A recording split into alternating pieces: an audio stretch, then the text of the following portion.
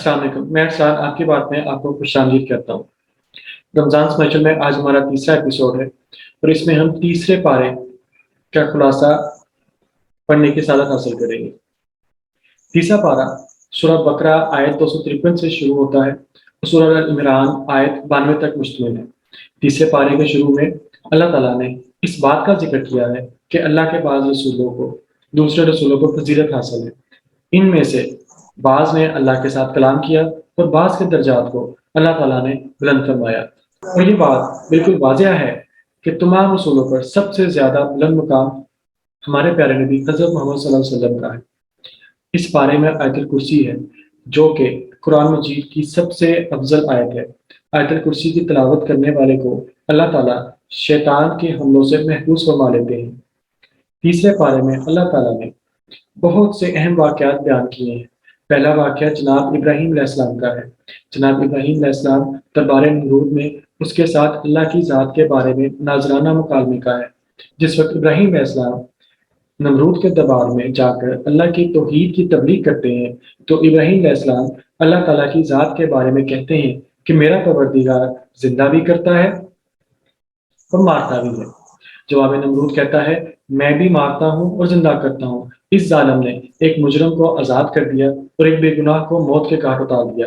ابراہیم علیہ السلام اس کے مکر کو دیکھ کر کہتے ہیں بے شک اللہ تعالیٰ سورج کو مشرق سے لے کر آتا ہے، پس تو اس کو مغرب سے لے کر آ۔ یہ بات سن کر نمرود کے لبوں پر چپ کی مہر لگ گئی، اس لیے کہ وہ جانتا تھا کہ اس مطالبے کو پورا کرنا ناممکن ہے۔ اس بارے میں اللہ تعالیٰ نے حضرت عزیر کے اس واقعے کا بھی ذکر کیا ہے کہ وہ ایک اجڑی ہوئی بستی کے پاس سے گزرے اور کہا کہ یہ بستی کیوں کر دوبارہ زندہ ہوگی۔ اللہ تعالیٰ نے حضرت عزیر کو 100 برس کے لیے سلا دیا اور پھر ان کو دوبارہ زندہ کر دیا۔ حضرت عزیر علیہ السلام جناب ابراہیم علیہ السلام کا واقعہ حضرت عزیر علیہ السلام اور جناب ابراہیم علیہ السلام کا واقعہ یہ بات سمجھاتا ہے کہ اللہ تعالیٰ کے لیے قیامت کے دن مردوں کو زندہ کرنا مشکل نہیں، اور جب اللہ تعالیٰ انسانوں کو زندہ ہونے کا حکم دیں گے تو مردہ انسان بالکل صحیح حالت میں اٹھ کر کھڑے ہوں گے۔ اس بارے میں اللہ تعالیٰ نے انفاق فی سبیل اللہ کی فضیلت کا بھی ذکر کیا ہے اور بتلایا ہے کہ اللہ تعالیٰ کے راستے میں خرچ کیے گئے مال کو اللہ تعالیٰ 700 گنا کر کے پلٹائیں گے اور کئی لوگوں کو اس سے بھی زیادہ بلند ملے گا۔ اس بارے میں اللہ تعالیٰ نے سود کی بھی مذمت کی ہے اور کہا ہے کہ جو لوگ سود کھانے سے باز نہیں آتے ان کا اللہ اور اس کے رسول کے خلاف اعلان جنگ ہے۔ اللہ کے بعد سورۃ آل عمران ہے۔ سورۃ آل عمران کے شروع میں اللہ تعالیٰ اس بات کا ذکر کیا ہے کہ اللہ تعالیٰ نے قرآن مجید کو حق کے ساتھ نازل فرمایا جو کہ سابقہ کتابوں کی تصدیق کرتا ہے، اور اس سے قبل اس نے توریت اور انجیل کو نازل فرمایا تھا۔ اللہ تعالیٰ نے اس صورت میں اس امر کا بھی ذکر کیا کہ وہ رحم مادر میں انسان کو جس طرح چاہتا ہے صورت عطا فرما دے، وہ بغیر رنگ روشنی اور کینوس کے دھڑکتے ہوئے دل والا انسان بنا دیتا ہے۔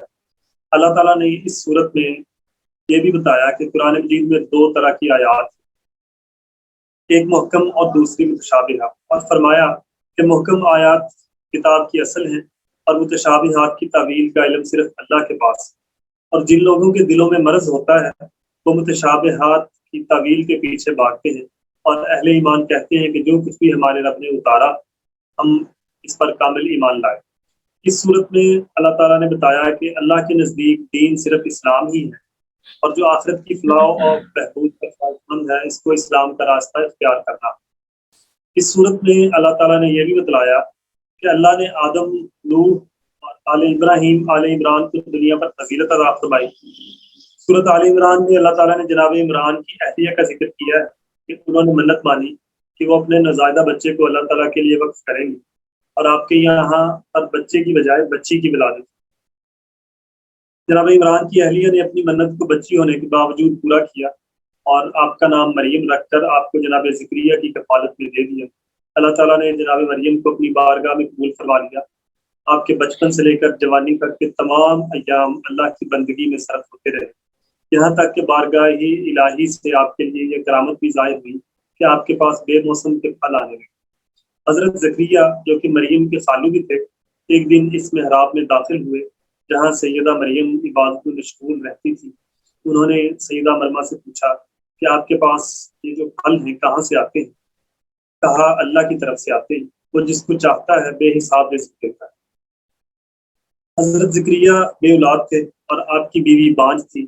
سیدہ مریم کے پاس سے بے موسم کے پھل دیکھ کر جناب زکریا بھی رحمت الہی سے پر امید ہو گئے۔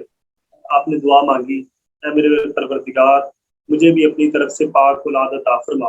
حضرت زکریا محراب میں نماز ادا فرما رہے تھے تو فرشتے نے آپ کو پکارا اور کہا، اے زکریا، آپ کو اللہ کی طرف سے یحییٰ نامی پارسا اور سردار بیٹے کی بشارت ہے۔ حضرت زکریا اس کے بعد 3 دن تک خلوت نشین ہو کر اللہ کے ذکر اور تسبیح میں مشغول ہوئے۔ اس بارے میں اللہ تعالیٰ نے جناب مریم کے ہاں سیدنا عیسیٰ علیہ السلام کی معجزاتی ولادت کا ذکر کیا ہے۔ سیدہ مریم کا دل اس بات کو قبول نہیں کر رہا تھا، لیکن اللہ نے ان کو بن شوہر کے ایک بیٹا عطا کیا جو اللہ کے حکم سے کوڑ اور برس کے مریضوں پر ہاتھ پھیرتے تو وہ شفا یاب ہو جاتے۔ حضرت عیسیٰ بنی اسرائیل کے لوگوں کو اللہ کے حکم سے گھر میں کھائے جانے اور باقی رہ جانے والے کھانے کی بھی خبر دیتے تھے۔ حضرت عیسیٰ کی معجزاتی پیدائش کی وجہ سے عیسائی ان کو اللہ کا بیٹا قرار دینے لگے۔ اس پر اللہ تعالیٰ نے فرمایا کہ بے شک عیسیٰ علیہ السلام کی مثال اللہ کے نزدیک آدم جیسی ہے، کیونکہ حضرت آدم کو بھی اللہ تعالیٰ نے بنا ماں باپ کے مٹی سے پیدا فرمایا تھا۔ قرآن میں حضرت آدم اور حضرت عیسیٰ علیہ السلام کا نام بھی برابر مرتبہ ذکر کیا گیا ہے۔ اس صورت میں یہ بھی بتلایا کہ کفار حضرت عیسیٰ کی جان کے در پہ تھے۔ اللہ نے حضرت عیسیٰ کو بشارت دی کہ میں آپ کو اٹھا لوں گا اور کفار آپ کا بال بھی بھیگا نہ کر سکیں گے۔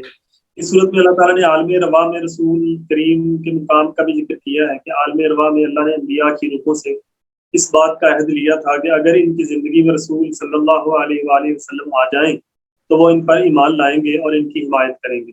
انبیاء پر لازم ہوگا کہ ان کی حمایت کریں اور ان پر ایمان لائیں۔ اس پارے کے آخر میں اللہ تعالیٰ نے اس بات کا بھی ذکر کیا ہے کہ کفر پر مرنے والے اگر زمین کی مقدار کے برابر سونا بھی لے کر آئیں گے تو اللہ تعالیٰ اس سونے کے بدلے میں بھی انہیں معاف نہیں کرے گا اور ان کے لیے دردناک عذاب ہوگا۔ حاضرین، یہ تھا آج کا تیسرے پارے کا خلاصہ، اور دعا ہے کہ اللہ تعالیٰ ہمیں اس پر عمل کرنے کی توفیق عطا فرمائے اور اس پر غور کرنے کی